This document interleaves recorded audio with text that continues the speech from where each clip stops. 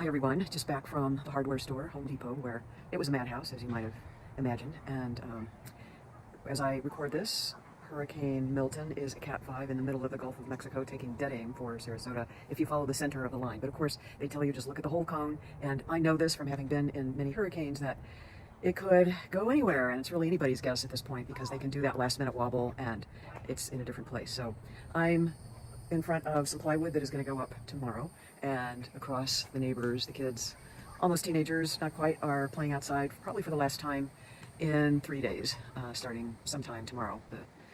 The conditions will degrade, as they used to say in TV news, and my concern is these incredible oak trees here. You know, the whole thing, we've had an arborist here just to trim them up so that the branches wouldn't be falling into the house, but they still might.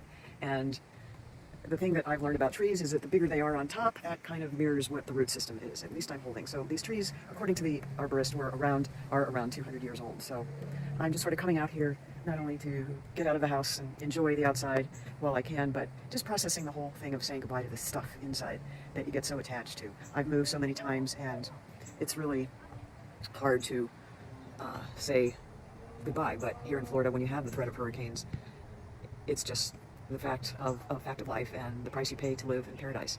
I've always viewed it as trying to be a steward of the environment here and connecting the dots between climate change and what we put on our plates 3 times a day. I've said this in my last few videos, just trying to bring home this message while we have a teachable moment, as the expression goes, that the World Health Organization and a number of reports have said over the years that the #1 thing we can do to reduce our carbon footprint is to get animal agriculture off the plate. So I went to work today, and everybody's pretty scared. A lot of people are evacuating. The store where I worked closed early, and there was so much emotion. People were just kind of trying to tough it out through the day and focus on getting the job done and helping people. A lot of people were buying backup batteries, and it's you just never know until this happens really what is important and the things that you value in life. And I'm so glad that I sent all my photos that I had taken, like 20,000, 30,000 of them of my kids when they were younger. I sent them off to one of my daughters and then scanned the rest and emailed them to them. So they have that. Will they ever look at them? I don't know, but at least it's there. And this is the proverbial calm before the storm. I don't have to tell you, or maybe I do. I am scared to the bejeebies. And really, please don't send me any messages, as somebody did, saying this is the end of times, you need to evacuate. I'm not in a position to either, and wasn't in a position to evacuate, wasn't willing to take our lab, who is a real sweetheart, but she's a lot to handle, and she just wouldn't do well in a shelter or in a car traveling any distance. So fortunately, I am not in an evacuation zone, I'm not in a flood zone, and that's all good. And this house has been here since the 80s, and of course, as the headlines say, we haven't seen anything like this, and it's going to be interesting to see how well it survives. I've talked to a lot of my neighbors. We're in kind of a social card group, and it's really more for socializing than it is for playing any serious game, but I talked to many of them this afternoon, and not too many people are boarding up, and nobody is leaving. So that's going to be the interesting thing. I have experienced a lot of hurricanes, both as a reporter and when I lived out on Anna Maria Island, which is practically no more from the last hurricane, Helene, but this one, they say, is different. And I went through the summer where we had 4 hurricanes in 2004, and it was really scary. But I lived in a 3-story house, and was on the top floor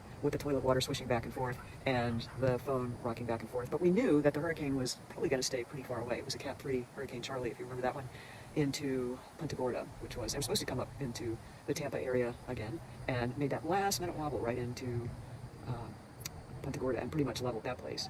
So those things can happen, and you never want to wish it goes in another direction and hurts somebody else. I'm just sort of hoping this one makes a little wobble to the north of Cuba and keeps going out to sea. But you know, the odds, of course, based on the predictions and everything I've seen, don't look like that. It doesn't look like that's going to happen.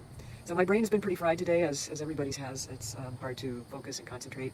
And I've got my meditation apps.